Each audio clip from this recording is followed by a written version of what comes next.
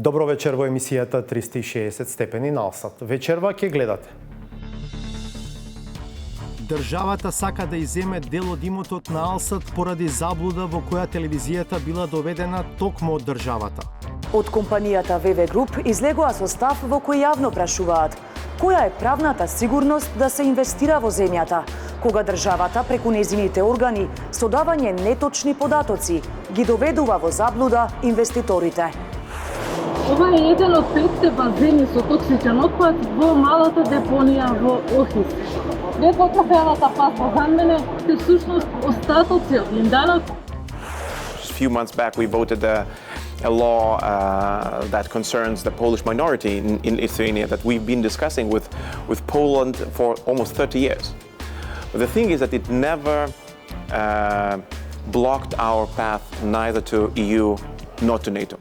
Шефот на литванската дипломатија со аргументи зошто Бугарија треба да ја деблокира Северна Македонија. Маврово и Ростуша и Центар Жупа не можат да изберат градоначалници. Која е тогаш логиката на постоењето на втори изборен круг, доколку целиот изборен процес го минираме во рамките на првиот изборен круг само заради податокот дека немаме излезност 1/3. Реклами па сториите.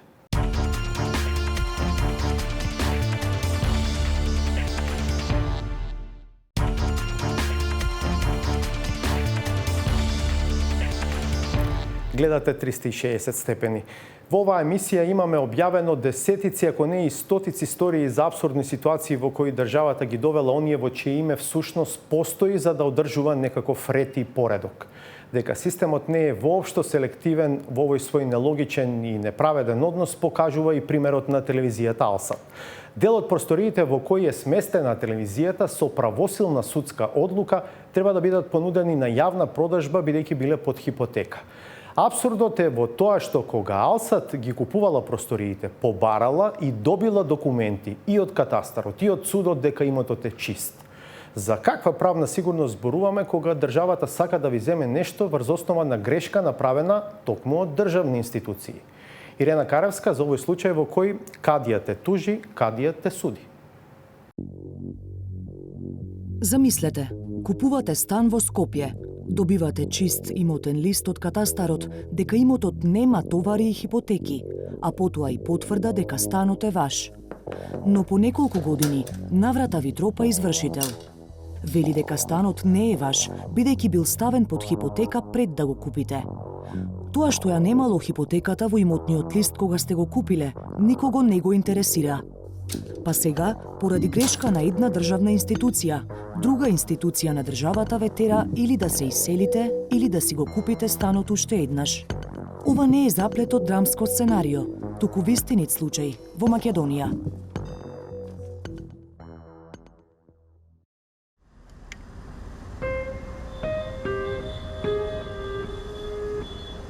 Во центарот на Скопје, во трговскиот центар Мавровка, на 9-тиот кат работи дел од персоналот на националната телевизија Alsat. Близу 300 метри квадратни е просторот во кој функционираат информативната редакција, монтажите, студиото и режијата за вести. Така е веќе 16 години, но поради навидум абсурден проблем, прашање е дали ќе остане така. Просториите се купени во 2006 година и формален сопственик е Груп од Скопје, инаку мнозински сопственик на ТВ Алсат. Продавач тогаш била интернационална приватна банка, која подоцна ќе се прекрсти во Капитал банка. Груп првично во 2009 година, а уште неколку пати подоцна, бара и добива документи од катастарот дека имотот не е оптоварен со хипотеки. Во тие документи, агенцијата потврдува дека од извршениот увид во интабулационите книги од 1990 до 2009, односно до 2011 година, врз недвижниот имот нема заведено хипотека. Таква потврда издали судот при претходните купопродажби на имотот, кога купувачите исто така добиле уверување од државна институција дека имотот е чист. Но на крајот на 2012 година, катастарот запишува товар во конкретниот имотен лист, дека 9-тиот кат во Мавровка е под хипотека, и тоа уште од 1993 година. ВВ ја открива хипотеката случајно, вадејќи имотен лист кој им бил потребен за кредит. Оригиналниот должник кој го ставил имотот под хипотека, долги години бил во стечај и се воделе судски постапки, а доверител во меѓувреме станала државата, односно Министерството за финансии.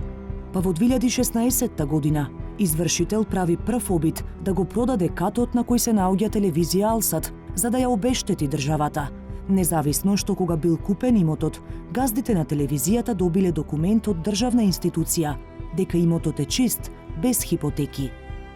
На приговорот на Алсат против заклучокот за јавна продажба, извршителот одговара: Третото лице, кое е сега собственик на имотот, не е должник во оваа постапка, но е должен да ја трпи штетата од постапката од причина што е собственик на имот кој е заложен во туѓа корист.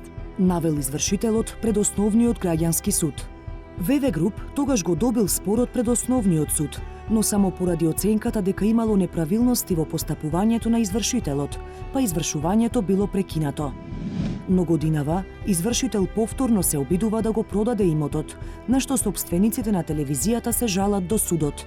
Во прв степен, ВВ Груп го добива спорот, повторно поради констатирани неправилности во претходните постапки.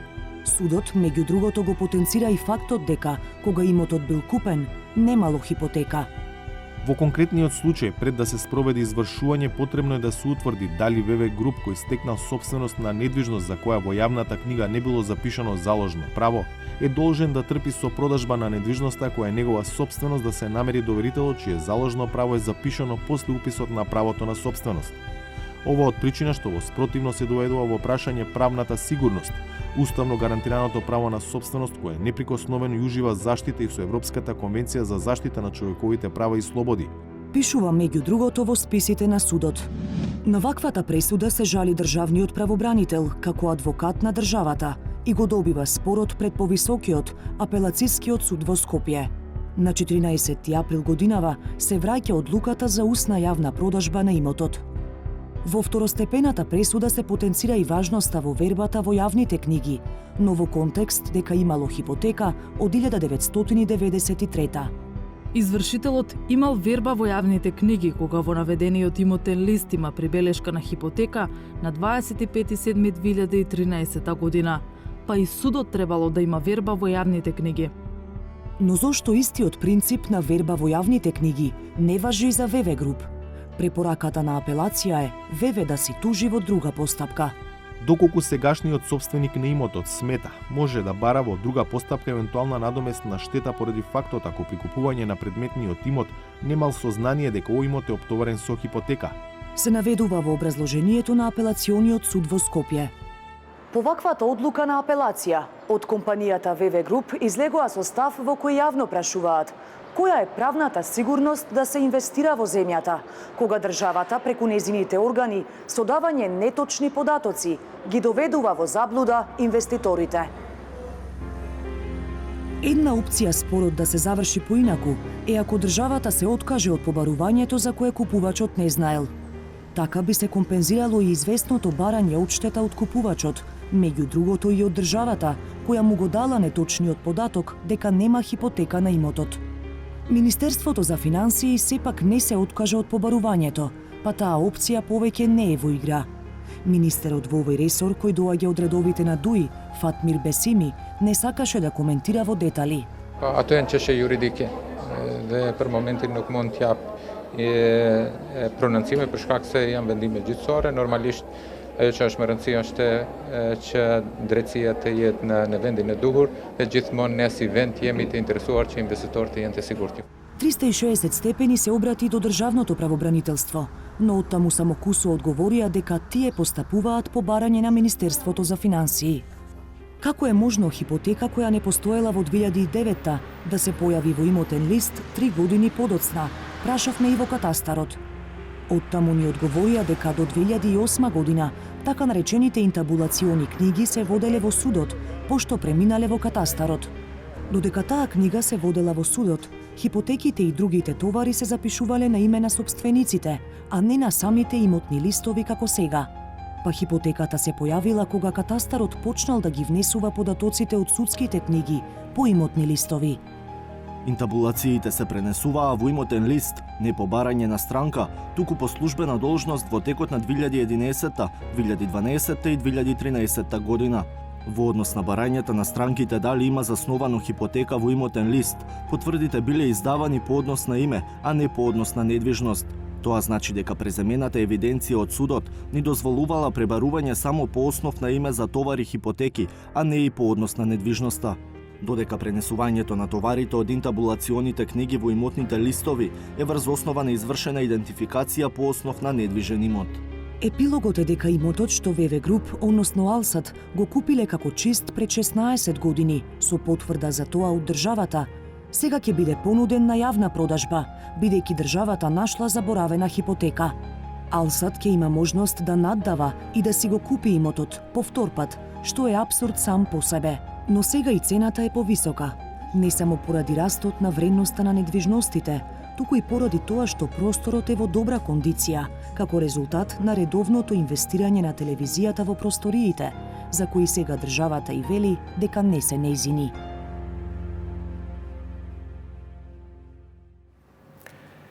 Литванија има слична историја на односи со Полска како Северна Македонија со Бугарија, но тоа никогаш не го запре патот на земјата кон НАТО и ЕУ, вели шефот на литванската дипломатија Габриелиус Ландсбергис во прилог на ставот на неговата држава дека Софија треба да го крене ветото за Скопје. We had very long and very different history with our big neighbor Poland. And as you can imagine, we had, and to be honest, we still have our issues that are being resolved even as we speak. You know, just a few months back, we voted a law that concerns the Polish minority in Lithuania that we've been discussing with Poland for almost 30 years. But the thing is that it never blocked our path neither to EU nor to NATO. Because we've always seen, Vilnius and Warsaw, we've seen that the strategic issues are important to both capitals. And we cannot let issues like minorities, language and cultural issues of the past, that they would stop us. Ландсбергис, кој пред само 3 дена ја посети Украина, во краткото интервју за 360 степени зборува за тоа како е да се живее непосредно до воената зона, кои се очекувањата на балтичките држави од НАТО и како да се запре рапидното опаѓање на кредибилитетот на ЕУ на Западен Балкан. Разговорот ќе го видите малку подоцна.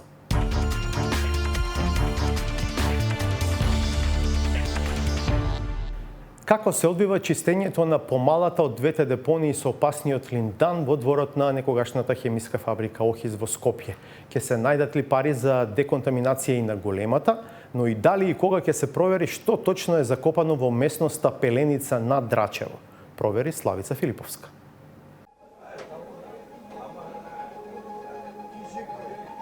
Поле комши, ајде уба партиџан земе, наш македонски, еколошки чиста, од моранија, да, природна, еколошки, ни прскана, ни ништо. На пазарот во Скопско Драчево се поретки се прашањата од каде е зеленчукот што е изложен за продажба. Трговците се надеваат дека ќе дочекаат живот и работа во почиста средина, откако започна чистењето на депониите со линдан во кругот на фабриката Охис. Фала Богу што почна, више редно беше еден ден да се почне да се чисти. И народот полека е задоволен од таа работа. Миризбата уште се осеќа, како што се осеќаше, ама народот почна да пазарува на пазарот. Зеленчукот ова почна да се троши, иначе едно време беше застанато сега. Грижите на трговците се оправдани од и на околу 5 километри одовде се наоѓа најжешката еколошка точка во Македонија. 2 депонии со илјадници тони токсичен отпад од некогашниот хемиски гигант Охис. Под шаторот е малата депонија која веќе се чисти. Се влегува по контролирана патека и со специјална заштитна опрема. Предупредувањето што го добивме на влезот говори за опасноста која демне внатре. If you feel that you cannot breathe inside or you are in a panic mode or something like this, please raise your hand up, okay, and we will go together out. So follow me. Преку 2 контејнера и помало пешачење се стигнува до црвената зона. Внатре е воспоставен негативен притисок, со што се спречува загадување на околината. Овде, пред неколку децении, отпадот од линдан се истурал рачно во огромни бетонски корита и без никаква заштитна опрема. Ова е еден од 5 базени со токсичен отпад во малата депонија во Охис. Пред кафеавата паста за мене се всушност остатоци од линданот, кој независно од земјата се селектира, се пакува и се транспортира на спалување во странство. Линданот во обурење ќе замине на уништување во Франција. Ридовите земја пак се со различен степен на контаминираност и тие во специјални контејнери ќе заминат за Холандија. Потамошниот третман, земјата ќе стане инертна и би можела да се користи во градежништвото. Но освен линдан, анализите покажале и присуство на жива во почвата, која не би можела да се деконтаминира ако станува збор за високи концентрации. Сите тие слоеви на површинска почва на подпочва се анализираат со XRF рачен анализатор, кој што ги мери присуството на елементите во почвата и врз основа на одредена стратегија за ископување, одредени концентрации со хлор и со жива се складираат одвоени. По целосно чистење на 5 базени во малата депонија, бетонските корита ќе се искршат и ќе се анализира до каде подземно продрел отпадот. Оваа токсична бомба е резултат на некогашното производство на пестициди во Охис, за што сведочија вработени пред камерата на 360 степени пред 4 години. Секоја смена по 10 корички, зависи производството како ишло и така тоа се збирало. Тоа се фрлаше тука, кога запре полнот и се затрпа со земја, после така остана. Цело време, 30 години, така се работеше тоа. Самиот производ и нус производите многу смрдеа. Дори сите алишта и работници што работеат тука, со денови не можеа да се изветрат толку толкава голема смрда. И мораше обавезно да се бањат. Секој влегување и излегување погод да се бањат. А линданот одеше како алва. Линданот се продаваше. Линданот одел како алва и многу подоцна е откриено дека е токсична супстанца. А при производство на 1 тон линдан се создавало 10 пати повеќе отпад, кој се покривал само со земја која не представува никаква заштита. Напротив, таа се контаминирала од отровите и така се создала уште поголема токсична маса, која со децении е оставена на отворено. Со текот на времето бетонските базени распукале, па со линдан се контаминирале и подземните води. Проценките се дека во малата депонија има вкупно околу 6600 тони отпад, додека соседната, голема депонија, тежи вкупно околу 53.000 тони отпад линдан и контаминирани почва и бетон. Постапката за чистење се изразува во милиони евра. За големата депонија пари се уште нема. Сме во разговори со други меѓународните донатори. Ние сам нормално мораме и ние сам да најдеме средства во буџетот. Тоа е предвиден во следните години и сакаме нормално да продолжиме со чистење на целиот тоа зашка точка во Скопје. Отпадот од малата депонија го отстранува грчката компанија Полиекоа, која во рамки на проектот за чистење подлежи на надворешен надзор. Но како државата ги контролира овие активности? Сретен Стојковски е поранешен вработен во Охис и во сплет на политички околности актуелен директор на Државниот инспекторат за животна средина. Човекот кој јавно алармираше за опасното наследство, сега е надлежен да го контролира. Стојковски е дециден дека малата депонија се чисти во изолирани услови и дека нема загадување на животната средина.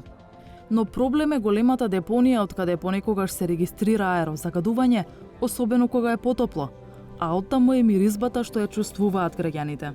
Имаме само надминување на алфа изомерот. Овие другите изомери се во рамки на дозволените лимити дадени од претходните искуства во државите каде што се вршело расчистување на вакви локации со линдан.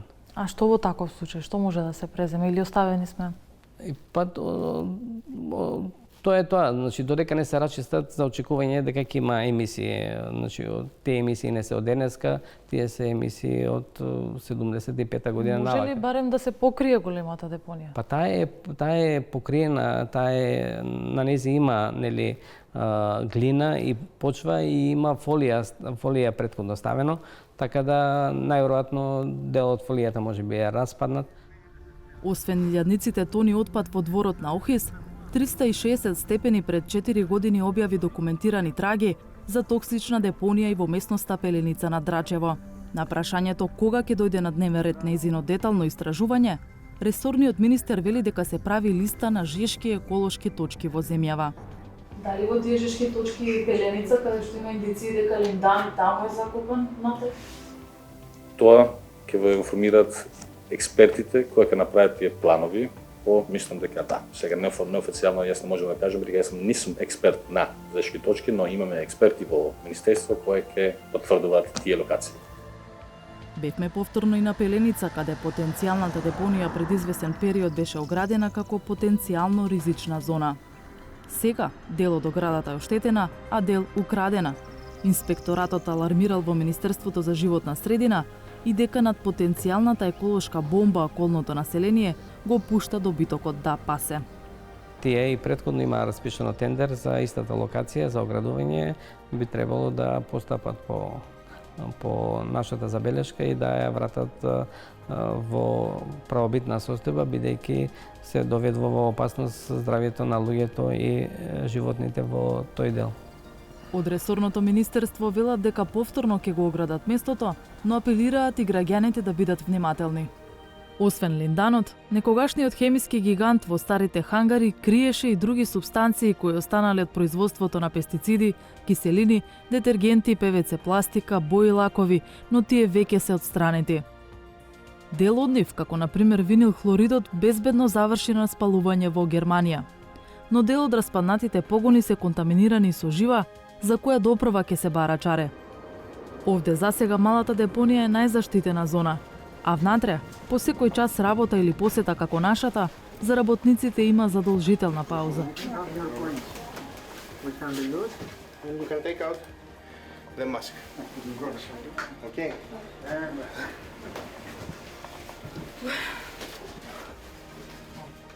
Допрва ќе се одгатнува мистеријата колкава површина ќе подлежи на ремедијација, а според Генералниот урбанистички план за Скопје, локацијата е наменета исклучиво за лесна и незагадувачка индустрија, што значи згради за домување не сме да има. Без разлика на плановите, соседството има само една желба – целосно чистење на отровниот отпад, што е можно побрзо. Да се ангажира за тоа и да уложат некој денар, да се очисти тоа, зашто народот страда.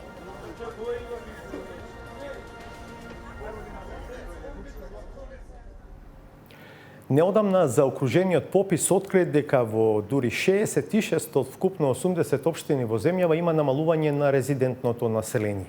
Меѓу нив постојат и екстремни примери со 40% помалку луѓе од пред 2 децении. Една последица, како што покажуваат примерите на Маврово и Ростуша и Центар Жупа, е неможноста да се избере градоначалник, дури и кога дел од диаспората ќе реши да дојде да гласа, зашто условот за успешни избори е во првиот круг да гласаат барем 1/3 од регистрираните во списокот.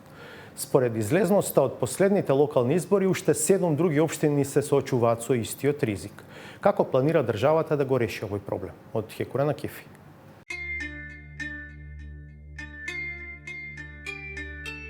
Këto nuk janë pamje nga Alpet, por nga qendër Zhupa. Natyra ka dhënë, toka ka dhënë, por edhe shtëpit e reja e të mëdha asocoj në prosperitet. Por, shtëpit janë bosh.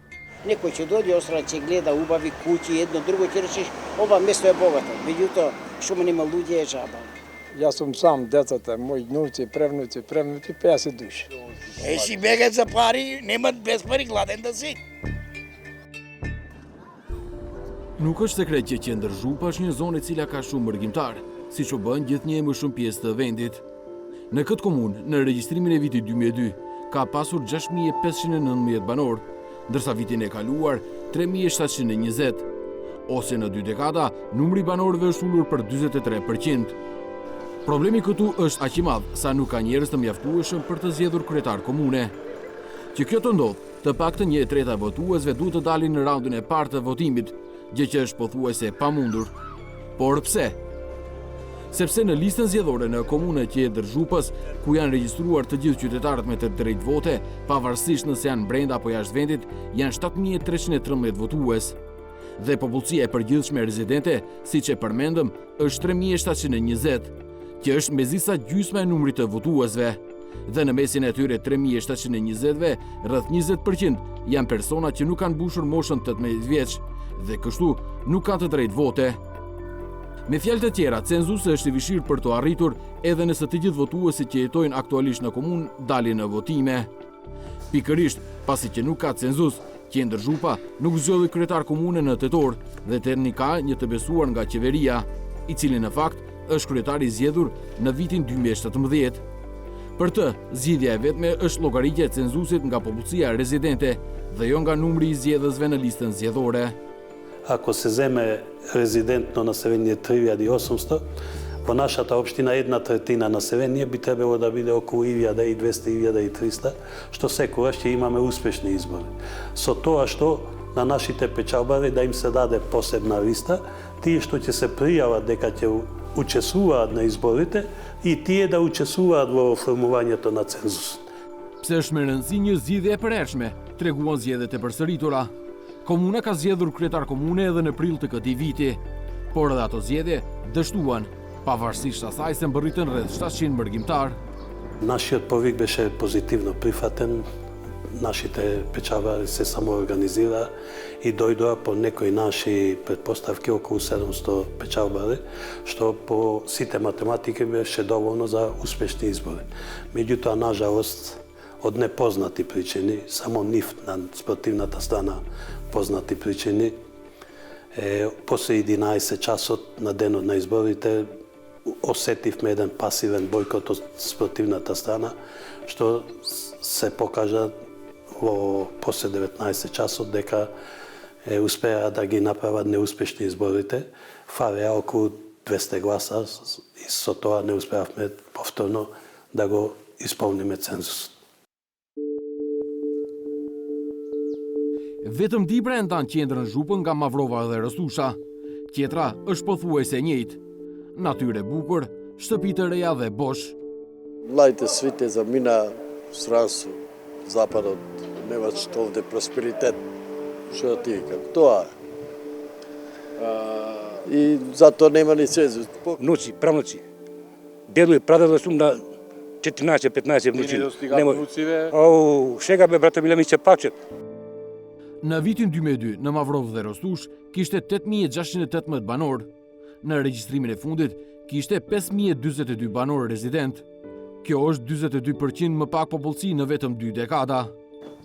Edhe Mavrova dhe Rostusha, sikurse Qendër Zhupa, nuk mund të zgjedhin kryetar komune për shkak të pjesëmarrjes së pamjaftueshme. Edhe atje ka të besuar të qeverisë. Përndryshe, kryetari i fundit i zgjedhur rregullisht me mandat nga viti 2017 deri në vitin 2021. Медат Куртовски. Може да се размислува да се рачуна цензусот само на резидентното население, додека нерезидентното население да има право да дојде и да гласа, но да не влегува во цензусот. Në Mavrov dhe Rostush nuk u përsëritën zgjedhjet si në Qendër Zhupë. На 17 април беа закажани повторените избори во нашата општина. На тие избори јас како кандидат на Социјалдемократскиот сојуз и коалицијата поднесовме кандидатура за избор на градоначалник, но немаше ни една друга поднесена кандидатура, односно противничкиот кандидат од ВМРО ДПМН не поднесе кандидатура, односно политичката партија не поднесе кандидатура и очекувавме дека ќе има бојкот од нивна страна и заради тоа и ние се решивме да ја повлечеме нашата кандидатура и заради тоа немаше избори на 17 април. Përvoja nga të dy komunat tregon se në këto ka mbetur aq pak popullsi, saqë nuk është e mundur të zgjidhet kryetar komune në procedurë të rregullt. Edhe nëse kthehet një pjesë e mërgjimtarëve, mjafton një bojkot i njërës parti për të bllokuar procesi zgjedhor. Problemi vetëm se do të rritet. Shifrat nga zgjedhjet e fundit lokale treguan se ka gjithnjë më shumë komuna që po i afrohen zonës së kuqe të cenzusit prej 33.33% gjatë zgjedhjes së kryetarit të komunës. Gostivari 39%, Želina 37,6%, Likova 37,5%, Bogovina 36,9%, Šutorizarja 36,5%, Vrapčištja 36,1%, Plasnica 34,6%, Mavrova dhe Rostusha 32%, Qendër Župa 25,8%. Këto dhe shifrat e regjistrimit janë një sinjal i qartë se duhet ndryshuar ose harta e komunave ose kodi zgjedhor. Çfarë planifikon shteti? Pyetëm në Ministrinë e Drejtësisë. Во врска со вашето барање ве известуваме дека во предстојниот период ќе се формира работна група за изготвување на нов изборен законник, каде што детално ќе бидат разгледани прашањата кои се однесуваат на процесите за избори во Република Северна Македонија. Sipas docенtit në Fakultetin Juridik Justiniani I Par, Marko Kërtolica, duhet një zgjidhje edhe atë një ore më parë. Се поставува прашањето која е тогаш логиката на постоењето на втори изборен круг, доколку целиот изборен процес го минираме во рамките на првиот изборен круг само заради податокот дека немаме излезност 1/3. Prandaj, Kërtolica argumenton, cenzusi për zgjedhjet për kryetar komune duhet të fshihet, por a duhet të ndikojë në legitimitetin e personit që zgjidhet. Ако толку навистина сакаме да продуцираме кандидат со силен легитимитет, тогаш логично би било да бараме излезност половина плюс 1. Тогаш ќе може да кажеме дека навистина мнозинството партиципирало на изборите. Вака со 1/3 повторно не го добиваме посакуваниот легитимитет во таа смисла. Porosia e Kërtolicës është e qartë. Të fshihet cenzusi jo vetëm që 2 komuna të zgjidhin kryetar, por edhe për të mos u rritur problemi në zgjedhjet e ardhshme lokale. Dhe kur të zgjidhet ajo çështje, do të mbetet problemi I vërtet, pasojat e të cilit do të shihen gjithnjë dhe më shpesh. Што треба да се направи? Ништо. Што да викам? Многу е проблем со економијата, со пример, со индустрија нема. Жупа да имаше едно 1000 души запослени, ќе беше добро. Како мене деца ми се таму и се ја ќе да се старано. Секој за своето место жали, меѓутоа ете сретни знае на први, парите му се во банка, ќе се прави математика, живее жената запослен, тој запослен, децата си завршуваат школа, факултети. Како ќе постигне цензус кога нема луѓе? Тие луѓе што живеат овде во нашиот крај, све се иселени. Останаме пензионери и најбедните луѓе. И овие наши што се во странство иселени, времено, некои веќе редовно и нема шанса да се вратат. За младите нема никаква перспектива. Најавивме соговорник на Владимир Мирчевски во краткото интервју што следува и министерот за надворешни работи на Литванија Габриелиус Ландсбергис, кој е лидер на партијата со најголем број пратеници во владачката коалиција во оваа земја. Со шеф на дипломатија на земја членка на ЕУ и на НАТО, патем на истурена позиција во источното крило на Алијансата, темите за разговор логично се наметнуваат сами. Mr. Minister, how does it feel to be in the immediate neighborhood of a large-scale war conflict, which is something unthinkable for Europe in the 21st century? It's mixed bag of emotions, I can tell you. First of all, it looks like we've been preparing for that. We were one of those countries who've been always telling that Russia is an aggressive country since 2008 when they first attacked Georgia. Then 2014 they attacked Ukraine for the first time. So I can tell you probably that we should not be very much surprised of what we're seeing. But on the other hand, obviously living so close to where the war is taking place, some of the equipment that Russia brought to Belarus is just miles away from, just a few miles away from Lithuanian border. So it definitely changes the perception of where we are and how potentially dangerous the situation is and the environment is where we are living.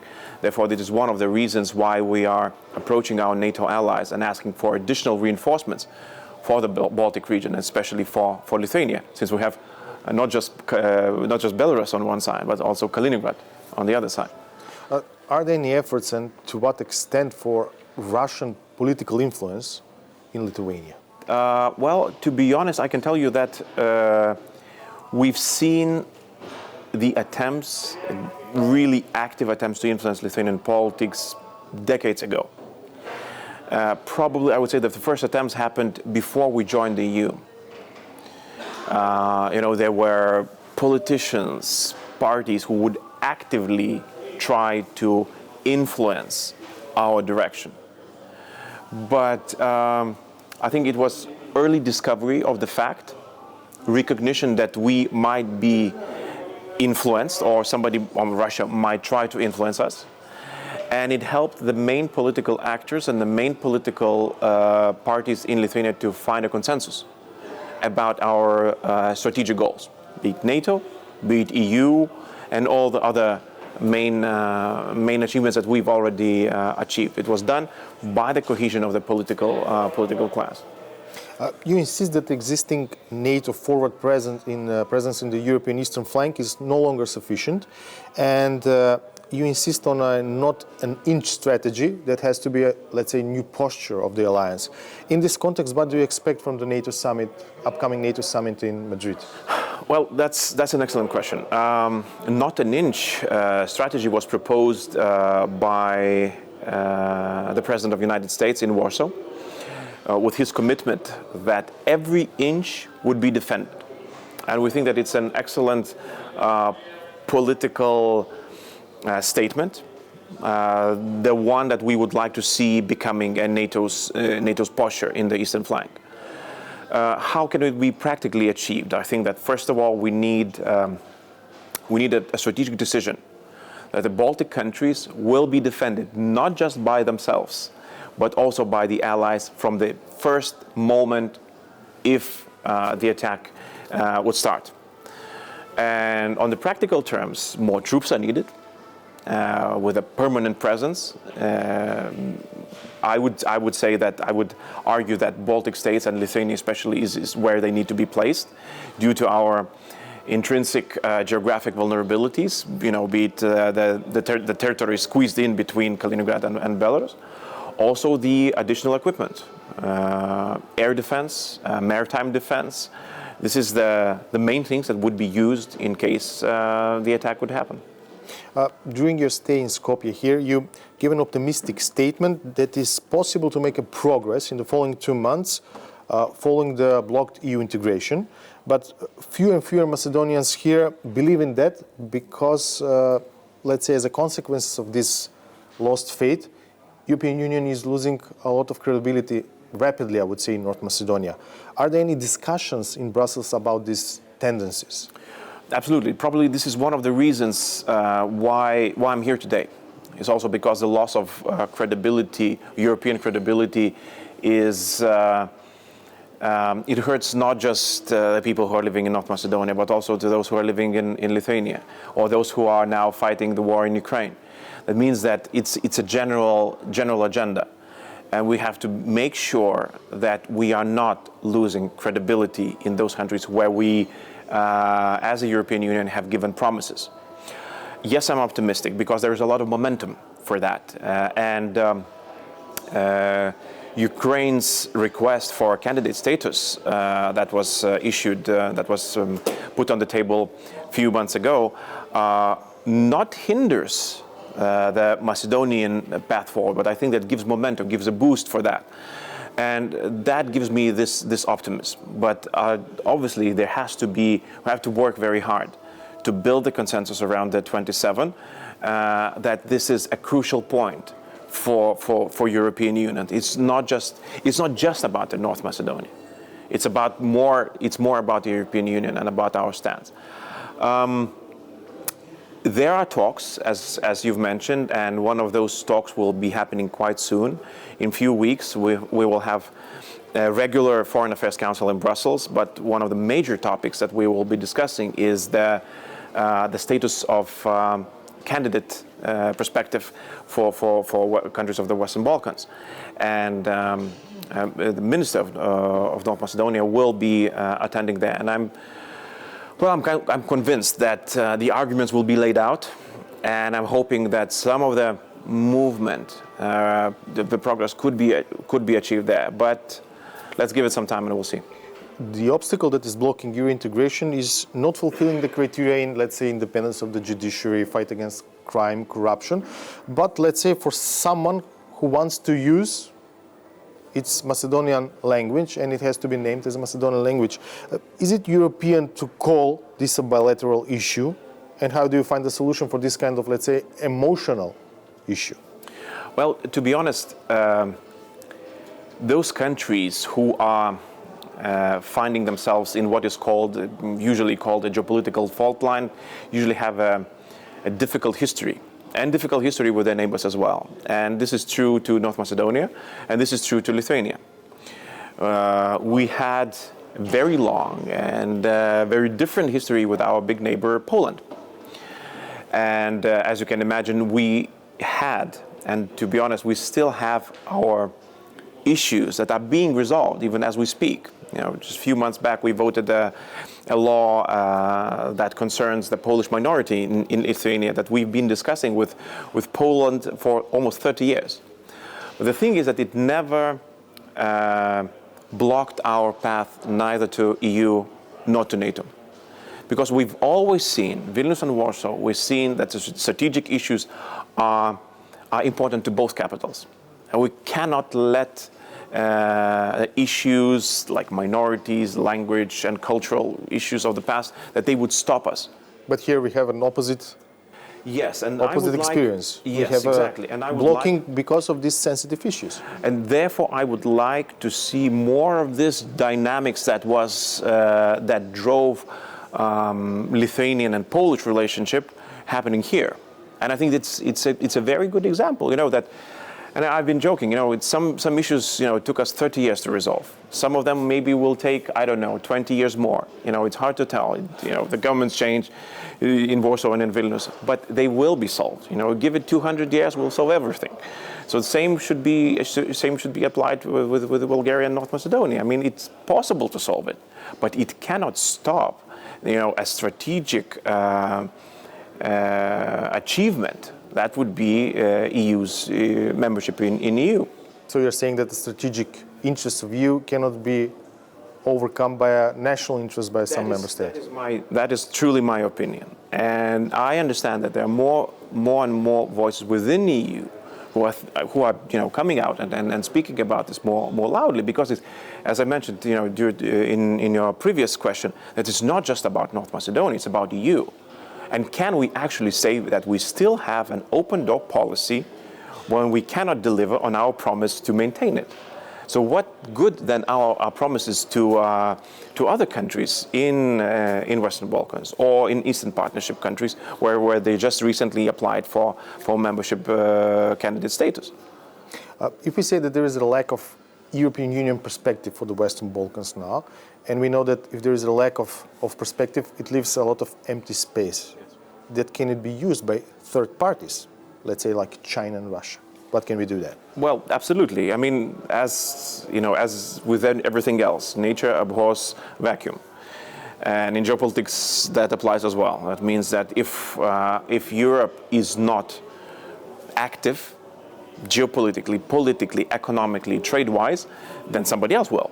And we're seeing China's very, I would even say, aggressive moves in certain regions and in Western Balkans as well, with certain promises that add not just provide not just economic value but also political weight that the countries have to bear for long years to come. So I think that this has to be also we cannot lose the track of that.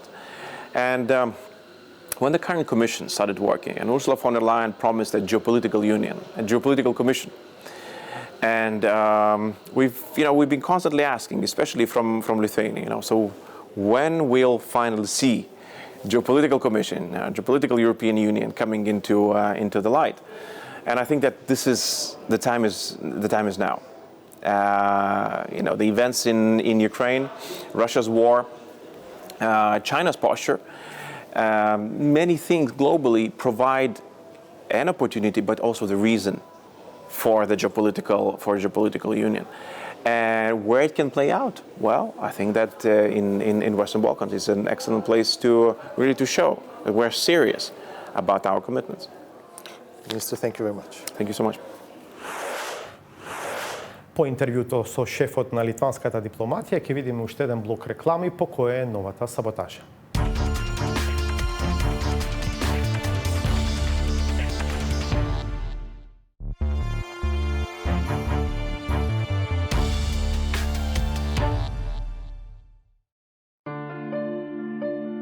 Постојат зборови кои трајно се врежуваат во политичката меморија, иако е невообичаено кога на нив се навраќаат и ги користат како дел од својата реторика. Токму оние кои им се подсмевале на тие вербални екскурзии. Имаше еден збор за видлизам, мислам дека се викаше. Авторството на таа епска, безсмислена конструкција за опис на туѓото емотивно незадоволство за нечи успех ја одбележи за еден период. По се изгледа, за опонентите прераснува во модел на изворедност, на кого се предпоставува дека планираат да се угледаат. Зборуваат за некаков заевизам. Вистината е дека нема заевизам, ама има завидлизам.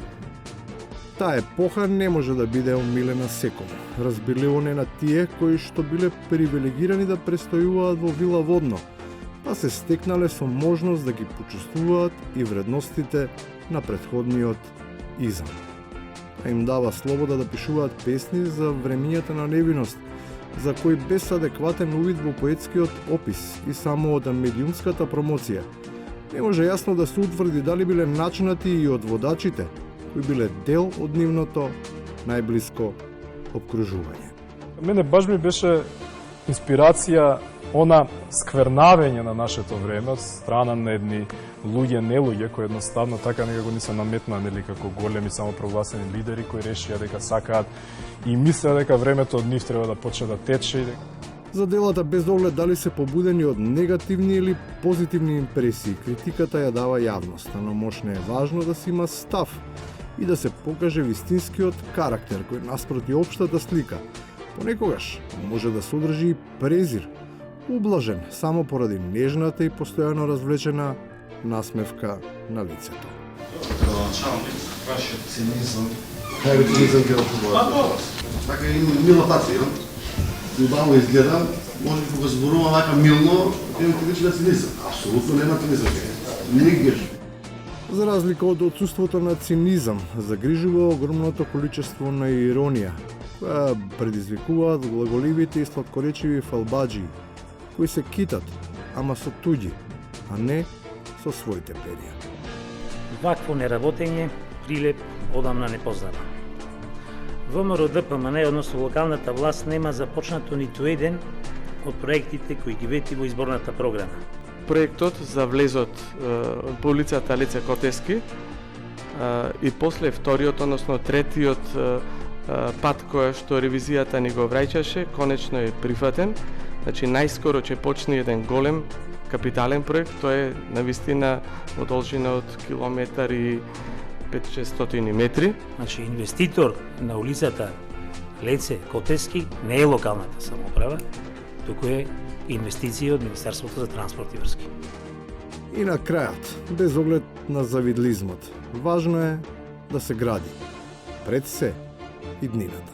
1 мај за мене представува како ден за сите луѓе, за секој народ, е слободен ден и неработен. Меѓународниот ден на трудот помина, веќе е 9 мај. Не е ни битно што денеска се чествуваат два празника. Треба да се памети дека не е слободен, ниту е неработен ден. Кај нас изгледа не штрекуваат наставниците, туку образованието.